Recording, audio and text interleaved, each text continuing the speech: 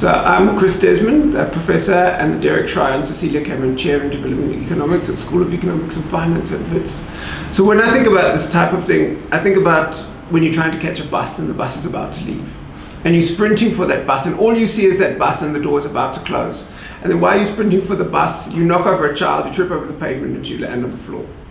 So tunnel vision in almost any circumstances is quite risky. You understand that you want to get the bus, but you have to consider the consequences of your actions.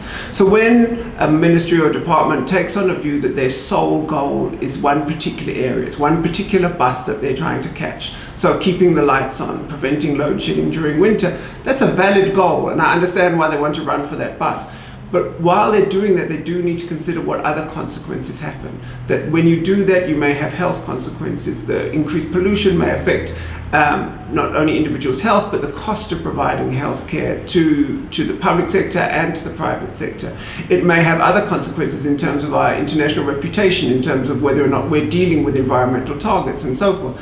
And so if you're just looking at your sole goal, you can miss all of those things. And so we need always to be aware of these broader impacts of any policy about how they affect the different sectors and not to focus so narrowly on one thing that we miss those. And what that really calls for is strong leadership, particularly strong leadership at the level of the presidency, to look across the ministries and say, what you are doing, while we recognize that it's maximizing the outcome that you are trying to maximize, it's hurting other things which are important to our society. That maybe it's too difficult for the ministry itself to think of those things, but the leadership has to take that broader view. At the very least, a whole of government approach to say, are we achieving our objectives across government? So in this case, are we considering energy and health at the same time and international relations? Or are we too narrow on one particular area? And even better, if we can take a whole of society approach, which after all is what they're supposed to be doing, to say, are we maximizing our goals as a society by this line of action? Whereas if we leave it to these individual ministries, individual priority setting processes, we can go far astray in those efforts. Can I ask you maybe just to comment on, is this something in your work you've seen as a kind of the way our government functions, this kind of silo approach? Or are you seeing examples sometimes of a more integrated approach?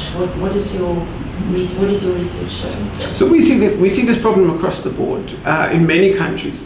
The way in which governments have built up over time is to specialize in a particular area, whether that's health, education, energy, economic development, defense, whatever it may be. Their goal is that particular domain. And it's very hard for them to see beyond that. And that happens in South Africa with health policies, with education policies, social development policies. And you can often miss interventions which benefit across sectors because you're only looking at each sector one at a time. We see that in the rest of the world. And the rest of the world has also tried to find ways in which to address that. Some countries have particular emphasis at the presidential level to try and balance these biases which creep in when you have very focused attention from each individual ministry. Some have tried to create incentive structures for that, so they'll have funds which can be accessed by ministries to say, we want additional money because we're doing it in a way which is maximizing benefits for somebody else as well. So education may act in a particular way in order that it also improves health outcomes, and then they can apply for money as a reward for that, because ministries have their own and departments have their own goals to maximize their own visibility and their own budgets. So people are trying to develop incentive structures, but it might be the time that we think about something more radical. I mean, we've been trying to find ways in which to adapt the incentive structure of individual ministries. Maybe we need to move away from individual ministries. Maybe we need to think about reformulating the way in which we do things. And so you could imagine in a human development sector, instead of having a Department of Social Development, a Department of Health, and a Department of Education, we have a Department of Human Development. That's after all what we're trying to do. And that we try and do it through the tools of healthcare, schooling, and social services. And that the ministry is then maximizing its human development impact, not its impact in health or education or social development one at a time, but trying to take a broader view. So we could step away from the traditional structures rather than trying to find ways in which to bend the traditional structures to what we want to see. Chris, can you just talk a little bit more about, maybe give us some examples of this model you see of a kind of a super department but using individual tools? What would that look like practically? How would that work? Maybe you can think of give some examples? So one example, at least from the human development space, which we've looked at, is if you think about social development, healthcare and education as individual ministries, you will undervalue the impact, for example, of the family.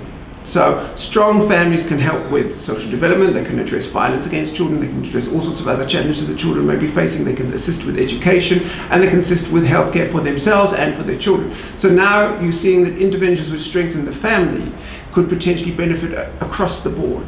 And so interventions like we have, like the cash transfers that we have, the grants that we have, do that. But perhaps we will place greater emphasis on them if we took into consideration the broad benefits that they could have, rather than seeing we have a problem in education and then just trying to solve that solely through the schooling system. That we have a problem with violence against children and trying to solve that with a social work type model, or that we have problems in healthcare and trying to solve that solely through the provision of healthcare. All of those things are important.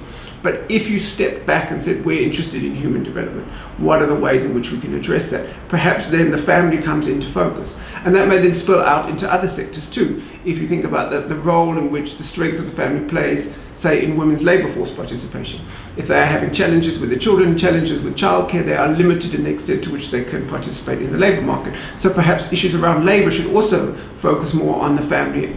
But you would never focus as much on the family for any one of those sectors. You're never doing a massive family-based intervention for education, for health, or for social development on its own, or for women's labour force participation on its own. But if you see them collectively, maybe you'll change the way in which you think about it. We'll shift our priorities from always aiming to provide services to strengthening the family.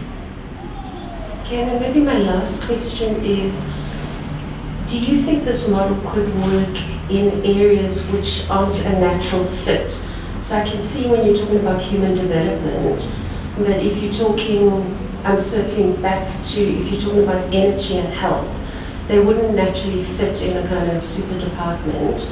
Would you see this model working anyway when they're not going to be part of the same structure?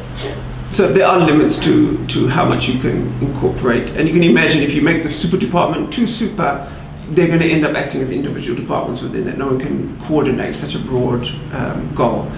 But that's why we should step back also as a government and say, what is the role of government? So we are looking to increase economic growth. Hugely important. No one wants to underplay that. But economic growth is in the end instrumental. You're trying to improve economic growth so that it can improve human development, so it can improve the welfare of society. And that's where I would emphasize again the role of the presidency.